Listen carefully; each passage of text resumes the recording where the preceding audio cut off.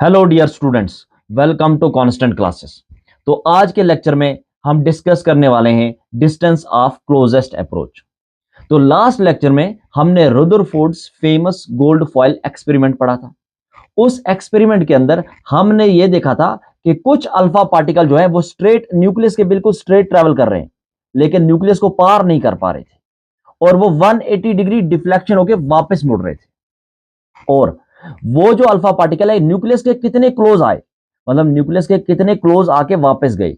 अब हमें वो बात करनी है कि कितना डिस्टेंस न्यूक्लियस के बिल्कुल वो पास आए। तो डिस्टेंस ऑफ क्लोजेस्ट अप्रोच जो है वो उन ही अल्फा पार्टिकल्स के लिए है जो न्यूक्लियस के बिल्कुल स्ट्रेट ट्रेवल कर रहे थे। और न्यूक्लियस किसका था? हमने एक्सपेरिमेंट में गोल्ड फॉइल लिया था।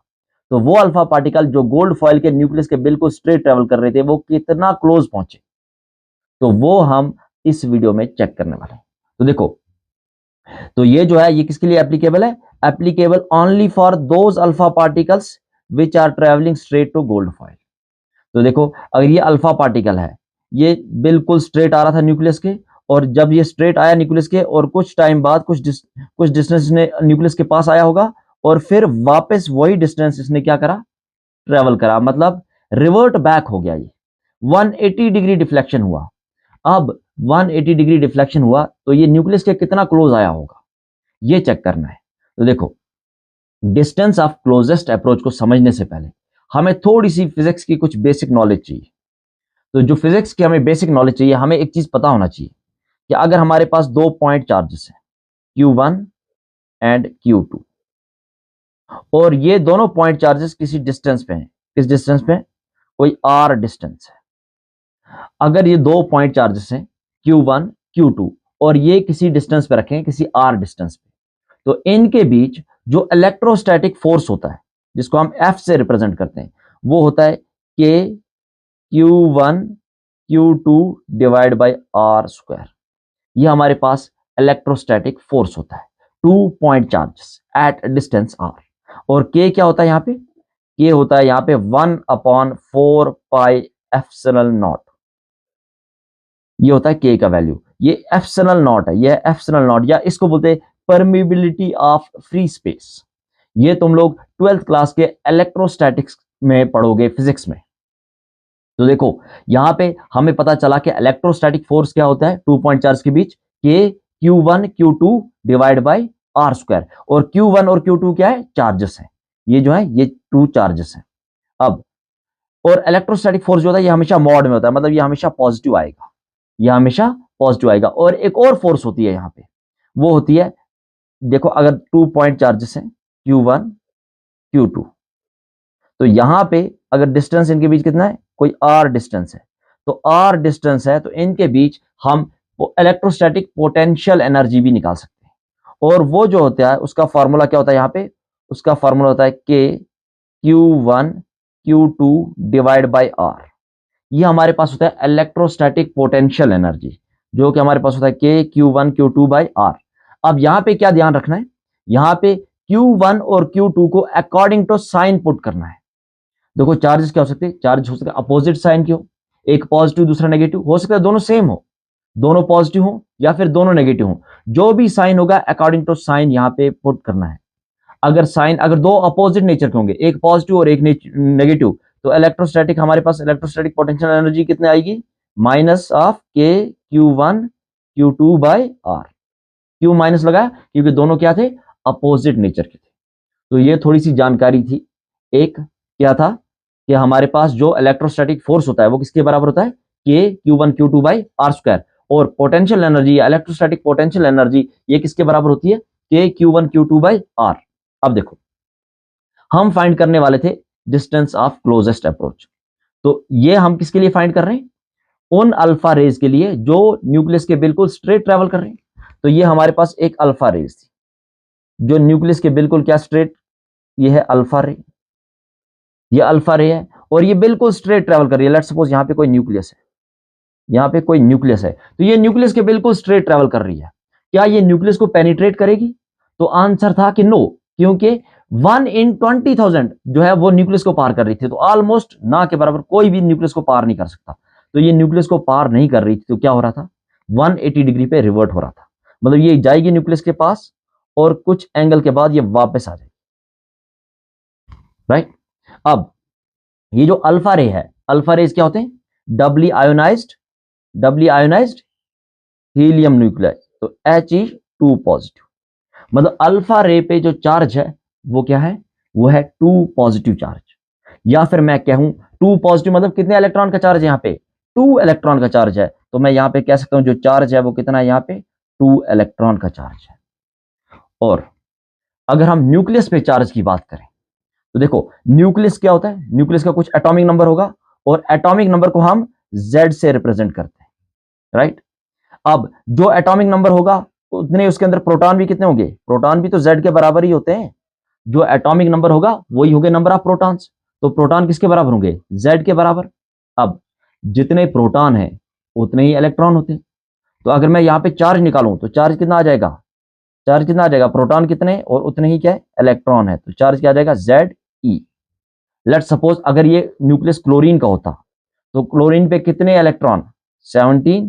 तो चार्ज कितने इलेक्ट्रॉन का हुआ? 17 इलेक्ट्रॉन का। हमारे पास क्या था? ये कौन सा न्यूक्लियस था? गोल्ड का न्यूक्लियस था। तो गोल्ड का एटॉमिक नंबर कितना होता है? 79। मतलब 79 इलेक्ट्रॉन होंगे। मतलब यहाँ पे 79 इलेक्ट्रॉन का चार्ज होगा, करेक्ट। तो हमने चार्ज देख लिया अल्फा पार्टिकल पे 2e, और यहाँ पे न्यूक्लियस पे हमने क्या ले लिया? General Ze। अब अल्फा पार्टिकल अगर एक इनफाइनाइट डिस्टेंस पे है, एक इनफाइनाइट डिस्टेंस पे है न्यूक्लियस से, तो जब ये इनफाइनाइट डिस्टेंस पे है तो इसके पास क्या होगा? कुछ काइनेटिक एनर्जी होगी। एट इनफाइनाइट डिस्टेंस पे ये मूव कर रहा है तो इसके पास काइनेटिक एनर्जी तो होगी। और एक और एनर्जी हो सकती है पोटेंशियल एनर्जी, जो कि इनफाइनाइट डिस्टेंस पे क्या होगी? जीरो होगी। इनफाइनाइट डिस्टेंस पे पोटेंशियल एनर्जी तो जीरो है, लेकिन काइनेटिक एनर्जी कुछ होगी इस अल्फा पार्टिकल की। अब ये अल्फा पार्टिकल ट्रेवल कर रहा है, ट्रेवल कर रहा है कुछ काइनेटिक एनर्जी से, और ट्रेवल करते करते करते करते इसको सामने न्यूक्लियस आ रहा है। तो जैसे ये ट्रेवल करेगा किसी काइनेटिक एनर्जी से, और न्यूक्लियस देखो alpha rays positive charge, nucleus भी पॉजिटिव चार्ज, तो दोनों जब पास आते जाएंगे तो दोनों के बीच रिपल्शन डेवलप होगा। एक स्टेज ऐसी आएगी कि दोनों के बीच रिपल्शन डेवलप होगा, और जैसे ही रिपल्शन डेवलप होगा तो इसकी जो काइनेटिक एनर्जी है ये धीरे धीरे कम होती जाएगी। जैसे ये न्यूक्लियस के पास पास आता जाएगा अब इसकी स्पीड कम होती जाएगी। उसका रीजन ये है कि इन दोनों के बीच क्या होगा?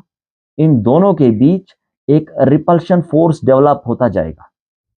देखो मैं क्या समझाने की कोशिश कर रहा हूं, मैं ये कह रहा हूं कि जैसे ही अल्फा पार्टिकल पास आता जाएगा तो एक टाइम ऐसा आएगा, यहां पे न्यूक्लियस है लेट्स सपोज, तो एक टाइम ऐसा आएगा, लेट्स सपोज ये एक पॉइंट है, यहां से रिपल्शन डेवलप होता गया। अब जैसे ही रिपल्शन डेवलप होता गया तो रिपल्शन डेवलप होगा तो इसकी स्पीड स्लो होती जाएगी। अभी भी ये ट्रेवल तो कर सकता है क्योंकि कुछ काइनेटिक एनर्जी है इसके पास, और जैसे ही इसकी स्पीड स्लो होती गई, अब जैसे और आगे बढ़ेगा और रिपल्शन फील होगा, और आगे बढ़ेगा और रिपल्शन फील होगा। अब एक टाइम ऐसा आएगा इसकी काइनेटिक एनर्जी कम होते होते होते होते क्या हो जाएगी? एक टाइम ऐसा आएगा काइनेटिक एनर्जी बिल्कुल जीरो हो जाएगी।